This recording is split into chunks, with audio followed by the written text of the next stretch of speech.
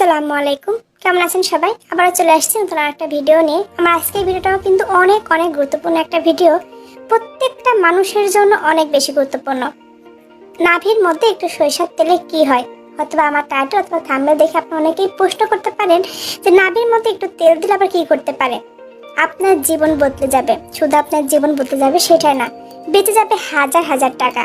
এমনকি আপনার পরিবারের প্রত্যেকটা সদস্যের জীবন বদলানোর জন্য এক ফোঁটা সরিষার তেলই যথেষ্ট, যদি আপনি সেটা সঠিক নিয়মে ব্যবহার করতে পারেন।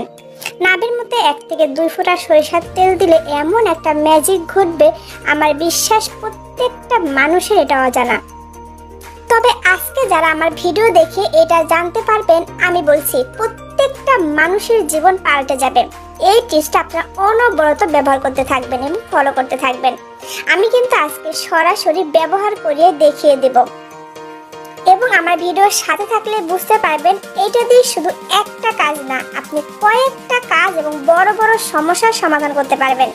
যেসব সমস্যা দূর করার জন্য দূরে দূরে যেতে হয়েছে, অনেক পরিশ্রম করতে হয়েছে, অনেক টাকা পয়সা খরচ করতে হয়েছে, তারপরেও সমাধান পাননি, সেই সব সমস্যার সমাধান মিটবে এই নাভির মধ্যে 1 থেকে 2 ফোঁটা সরিষার তেল দিলে। অবশ্যই আমার পুরো ভিডিওর সাথে থাকবেন। সরিষার তেলের গুণাগুণ কিন্তু আমরা কম বেশি সবাই জানি, শুধু নাভির মধ্যে দিলেই যে ম্যাজিক ঘটে সেটাই না, আরো অনেক রকম ভাবে কিন্তু সরিষার তেল ব্যবহার করা যায়। সেভাবে আমি একটা ব্যবহার আপনাদের মাঝে দেখিয়ে দিচ্ছি। আমার বিশ্বাস এখনকার সিজনের জন্য অনেক বেশি উপকার আসবে, বিশেষ করে বাচ্চাদের জন্য আরো বেশি উপকার আসবে।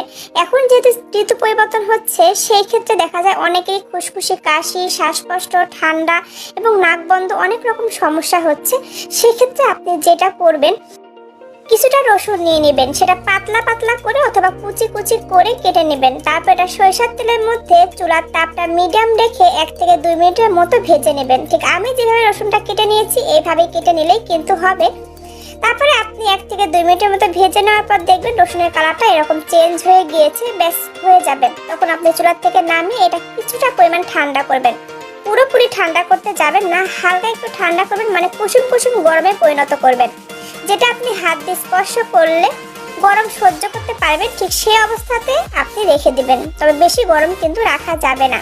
তারপরে এটা আপনি যেটা করবেন, যদি বাসায় বড় অথবা ছোট যারই হোক না কেন, খুশখুশি, কাশি, গলা ব্যথা, শ্বাসকষ্ট যে সমস্যা হোক না কেন, আপনি এই যে ভাজা এক টুকরো রসুন আছে সেটা খাইয়ে দিতে পারেন। যদি এটা না খেতে চায় তাতেও সমস্যা নাই, এই তেলটা আপনি ব্যবহার করতে পারেন।